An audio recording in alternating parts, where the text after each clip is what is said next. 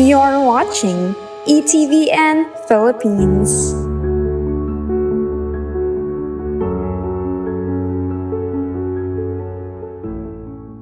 Welcome back to our program, Family Mas Matters, matatag yung may pananampalataya. handog ng Emmanuel TV Network Faith Philippines, kasi is something that provides a crutch. kung saan ang ating topic ay Depression in the Family.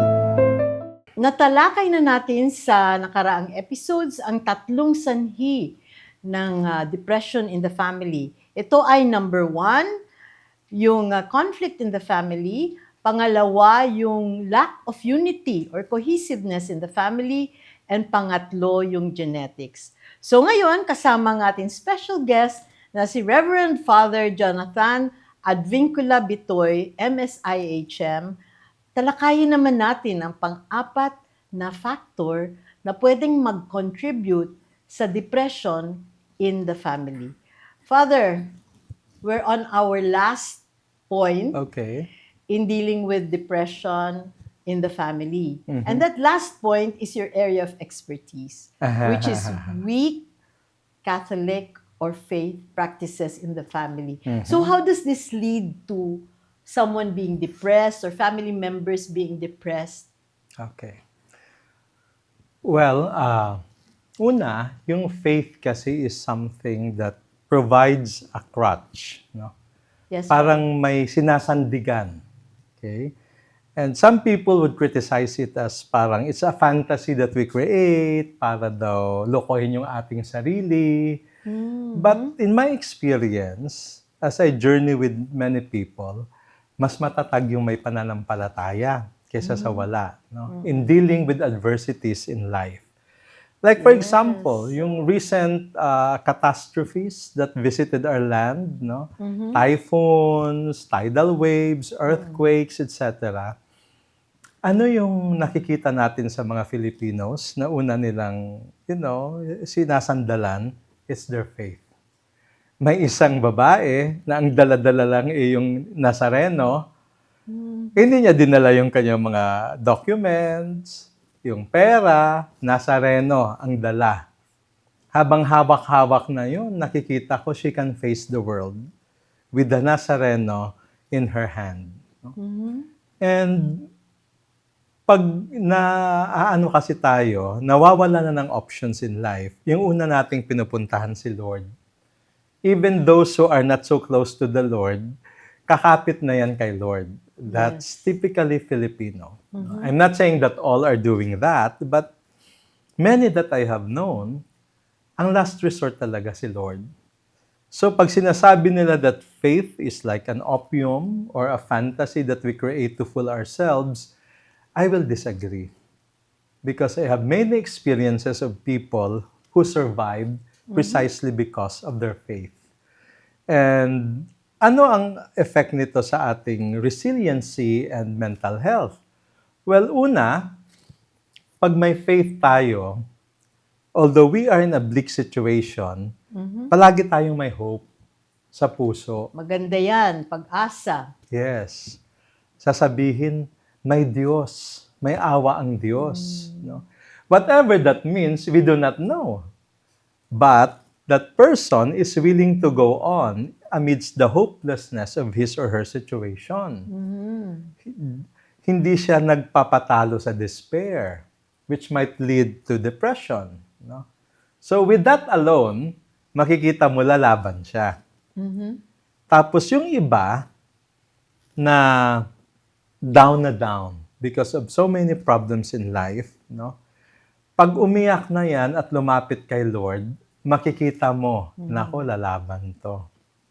Kahit duguan to, no, babangon to. Kakayanin niya. Kasi naniniwala niya na kasama niya si Lord sa kanyang pakikipaglaban. So if, on the other hand, you have weak faith, okay ka lang pag nasa comfortable situation ka. Pero if you are being tested at maraming mga problems that come along your way, you give in, you crumble, abay, paano ka pa masisave? Kasi sumurrender ka na. And why did you surrender? You don't think na kakayanin mo. You don't think that the Lord will help you. And so, a weak faith naturally will make you weaker, even in your resolve to fight whatever problems you have in life. Yes, Father. So, minsan, sa isip-isip ko, natatawa ako sa mga taong magsasabi na si Lord ang tutulong sa kanila. Kasi kitang-kita ko walang-wala na. No? At ang daming nawala sa kanila. No? Yung namatayan, nawala ng bahay, wala silang naisalba, sila lang ang nakasalba, pero lumalapit kay Lord. No? Ine-explain ang situation nila in terms of the Lord's guidance and intervention. Yes, Father. Sasabihin nila, ay, hindi to binigay ni Lord kung hindi ko kakayanin. Isip-isip ko, hala, walang-wala ka na. No? Tapos, kino-comfort mo ang sarili mo sa isang bagay na abstract, na si Lord. Kasi hindi naman magsasabi sa Lord, sige, tutulungan kita. Walang concrete assurance except what you hold dear in your heart, your faith. Pero even that alone, yan ang magbabound sa tao. No? The hope that he or she has sa kanyang puso. At nagtataka ako, bakit it works? Pare na ako I should be a man of faith. No? Kaya lang, practical din akong tao. I look at things as it is. Walang-wala na. Wala ka nang babalikan, wala ka nang ino-nurture para tumubo ulit, kasi nasira ang lahat, back to zero ka. Pero bakit after how many years makikita ko bouncing back again? No? May lungkot pa rin. I think the loss will always be there. Lingering pa rin ang kanilang grieving, pero makikita mo, iba na yung iba na yung kanyang ang kanyang galaw, no? May na siya, may bouncing back, no? Ang kanyang suffering is just because of the memory of what happened to him or her.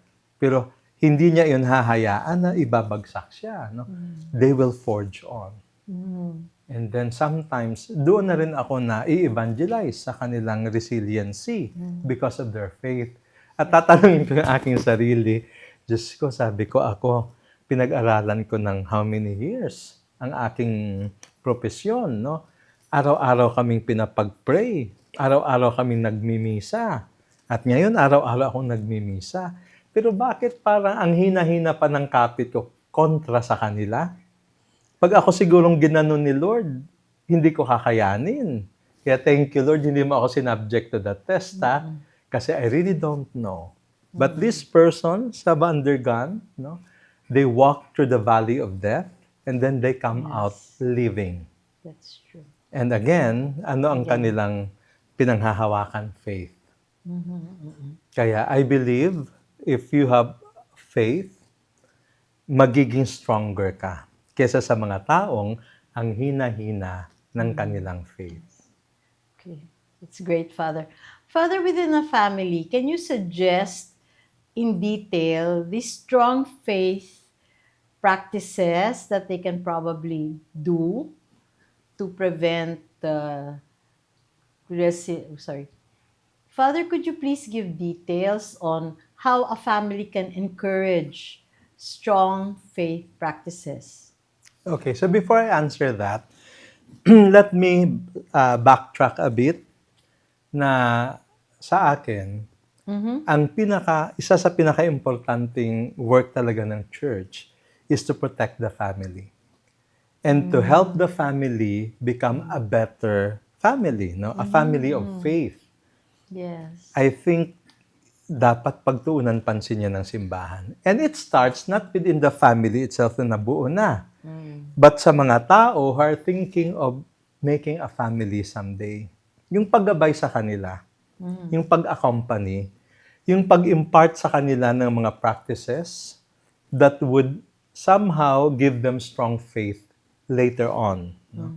So yung mga youth ministries and the likes, Yes. pagkatapos accompany them when they are in their relationships with one another, No? Pangatlo, before they go to the sacrament of marriage, no, mapuspusang pag-accompany sa kanila. Yes, Kasi Father. una, although we can never be sure of our decisions, no, ang major part of that is really a leap of faith. Like magpapakasal kami. Ito na talaga ang tao sa akin. You can never be 100% sure. It's really faith that sustains your decision. Pero somehow, dapat tulungan ng simbahan na talagang meron sila, they have what it takes in order to fight for their decision to get married and start a family. Okay? So, meron naman tayo yung mga prekenas natin, no? Pero I think kulang pa yan, no? Kulang na kulang siya.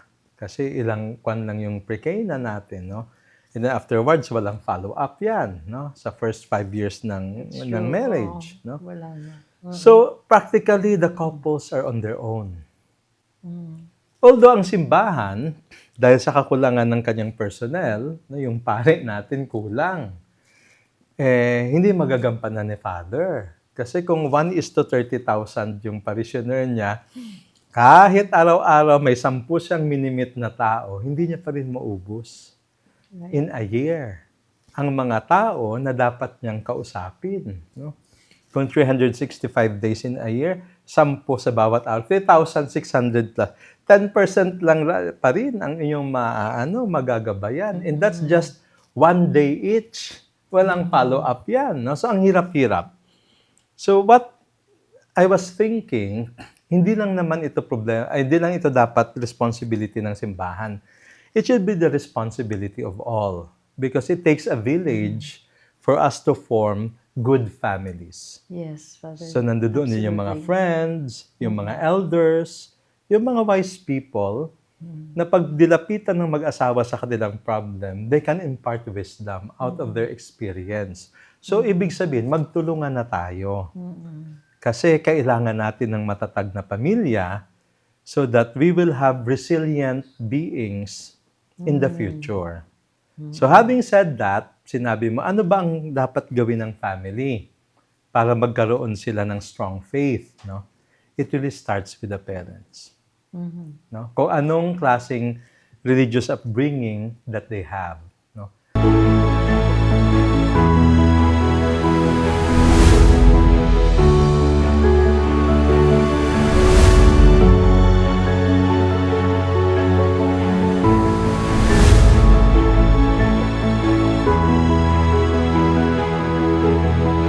You're watching ETVN Philippines.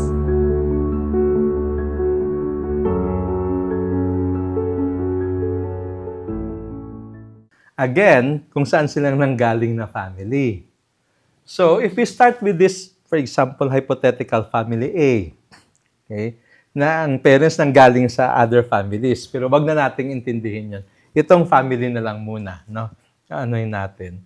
Well, una, it's really the responsibility of the parents. Kasi sila yung first teacher, sila yung first catechist ng mga students, may responsibility sila to impart the best that we have, no? Yung ating spiritual heritage, yung kagandahang loob that comes from our culture. Hindi lang naman ibig sabihin puro sa spiritual side, no? May mga human dimensions din doon. At yung responsibility ng parents.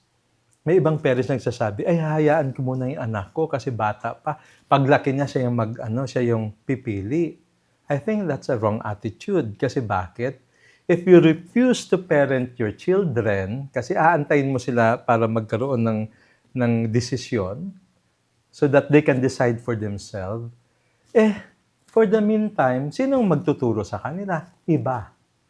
Social media, and the other interest groups. At ano ituturo niya sa anak mo? Di yung kanilang ideology.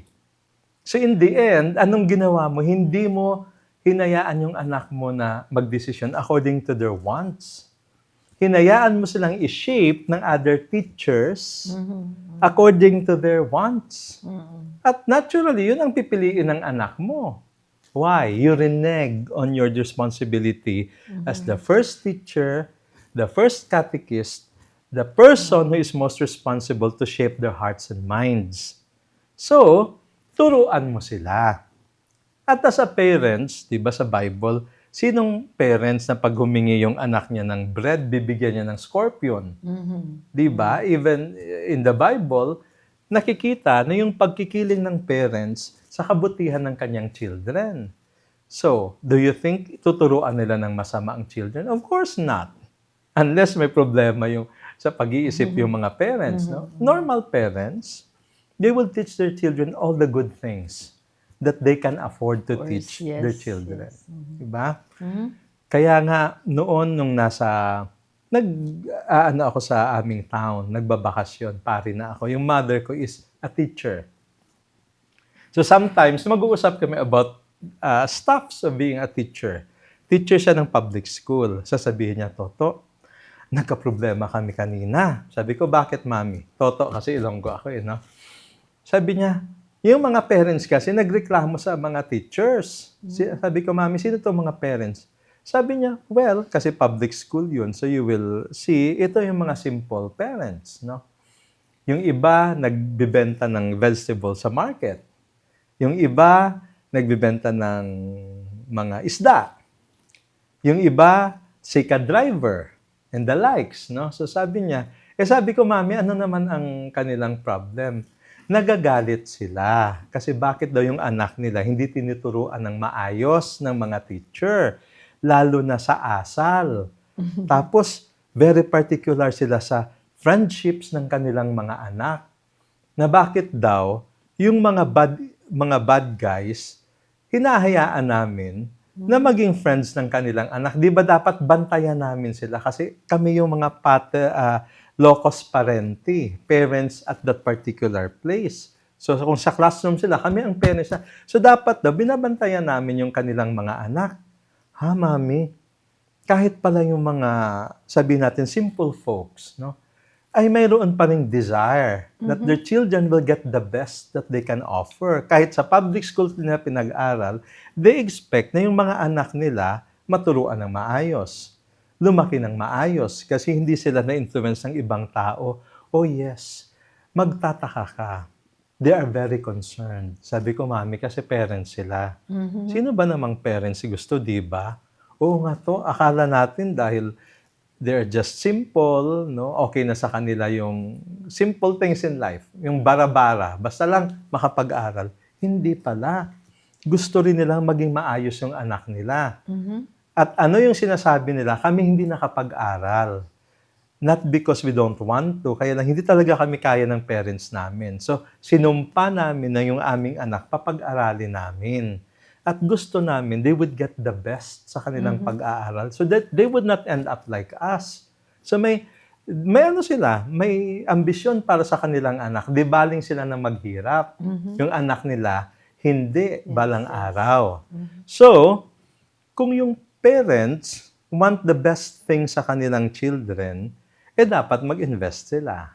No? So, yung sabi ng mga teachers, mga nanay at tatay, we do what we can here. Pero the major part of shaping your children, sa bahay. Kasi, they come to the school through, no? Pero most of the time, they stay with you. So, kayo yung unang teacher. So, let's make a pact, magtulungan tayo. You form your children to the best possible way that you can sa bahay. And then we will take it from there. Kung anong achievements ninyo, doon kami papasok at palalaguin at palalakasin. Right. So, kung yun ay sa mabuting asal, what about sa faith? Di ba? Yes. Huwag mong ibigay lang sa catechist yung shaping of your children's heart and mind. No? Dapat kayo rin magkusa. Kaya nung pare ako, pure, I made it a point na kung may mga batang maingay sa misa, hindi ako magagalit ever. Kasi bakit? Nag-e-effort na nga yung mga parents, no, na at an early age, yung anak nila taong simbahan na.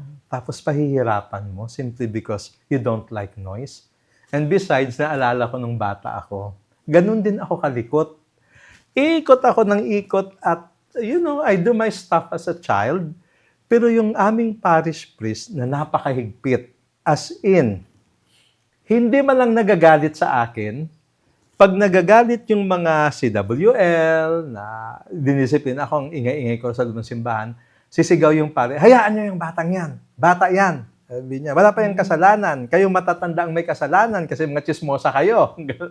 Hinayaan niya ako. Inintindi niya ako. And somehow, na ano sa utak ko. Yes. So, Sabi ko, pinagbigyan ako ng pari, na ako na ang pari, pagbigyan ko rin yung iba. Kasi that's how children are formed. When parents bring them early on in the church, nagkakaroon sila ng kultura that they should be in the church. And who knows, during those times na pupunta-punta sila sa simbahan, yung bata magkaka-epiphany moment. Hindi naman kagaya sa ating adults ngayon, no, na nagkaroon ka ng insights into the faith or nagkaroon ka ng ecstasy because you felt so close to God. All of a sudden, nagkaroon ka ng compunction. Umiyak ka dahil you are a sinful person.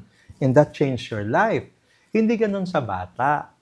But the little experience that they have, means a lot to them. Para din yung adults, equivalent ng experiences, deep experiences natin sa simbahan.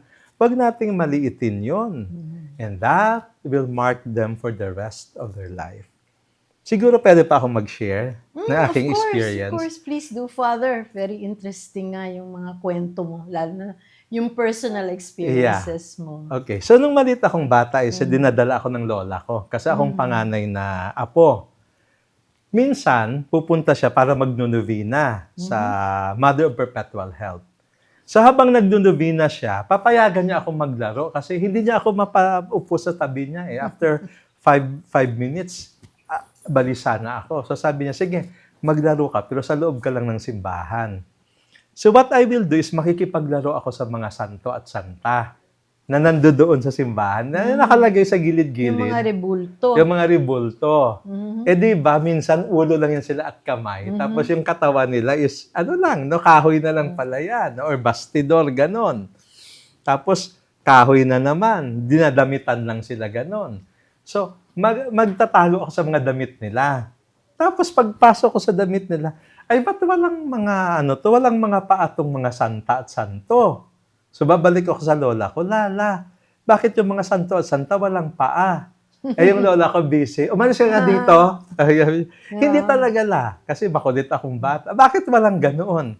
Sasabihin ng lola ko, pag nasa langit ka, hindi mo na kailangan yung paa.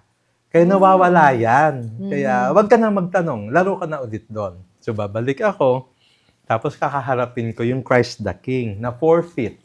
Bata pa ako maliit, parang ang giant na. No? Nakaupo siya, naka-encase siya sa glass. Yes. So, uupo ako sa harap niya at Jesus, mag-usap tayo. As a child, no? Kakausapin ko siya. Bakit nandyan ka lang sa loob, hindi ka lumalabas? And all those stuff, no?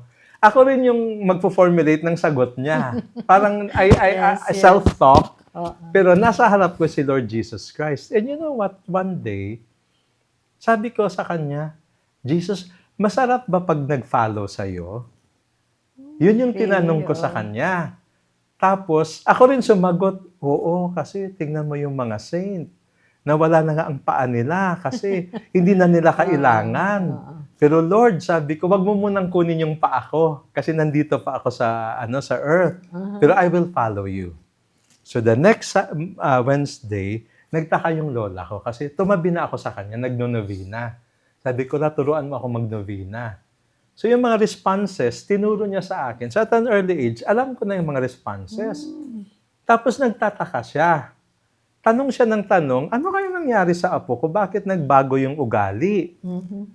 Tapos, dahil sa tuwa niya, pag lumalabas, binibilihan niya ako ng mga ice candy, ng mga candy. So, those were memorable moments in my life.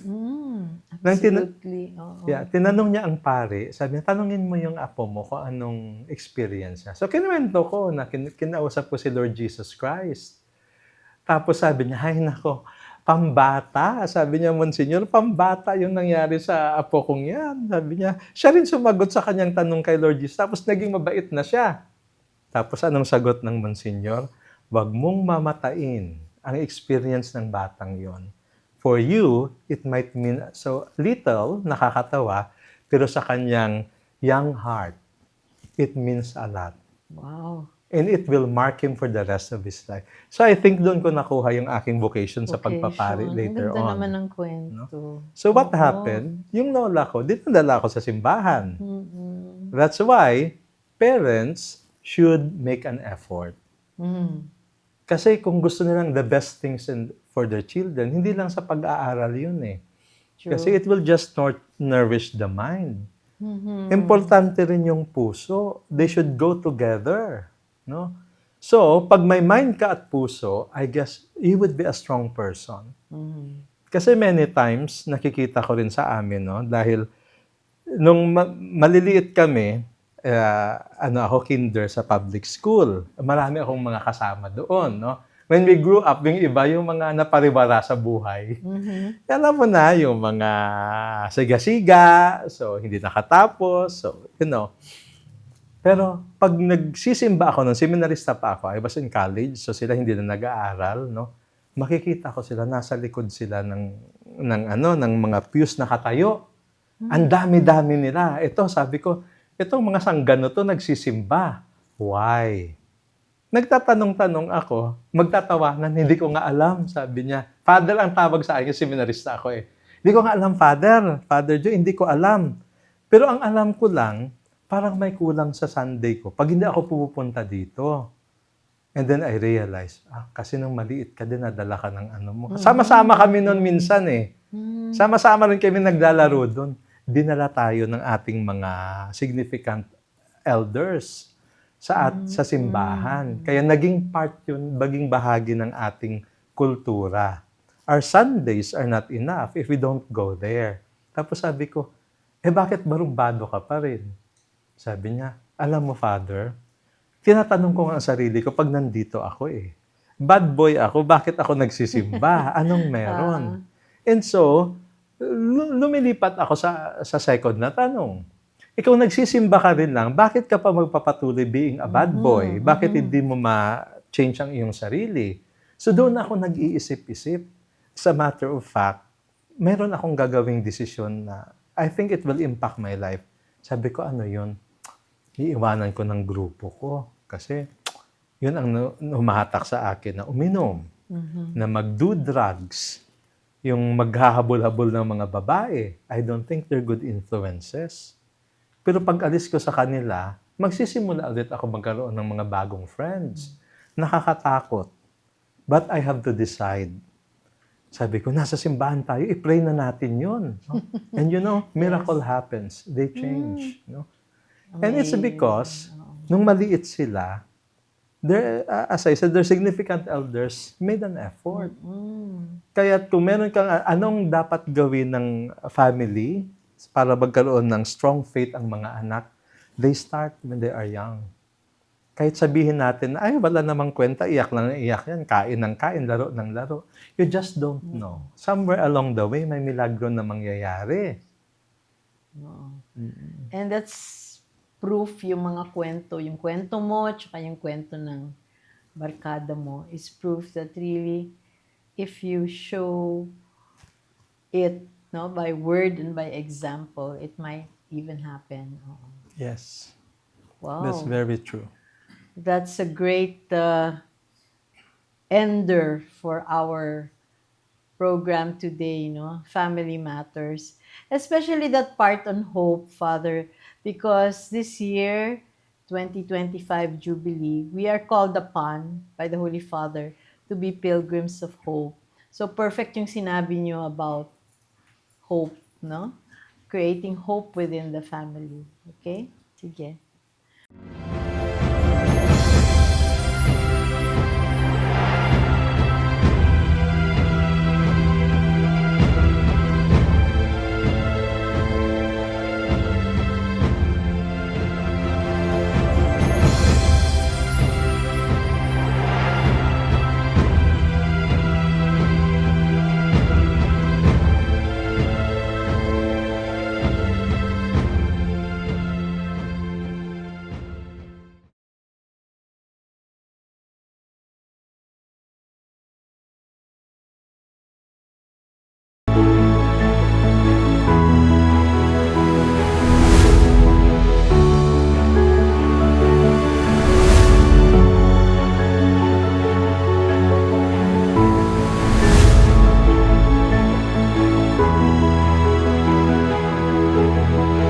You're watching ETVN Philippines.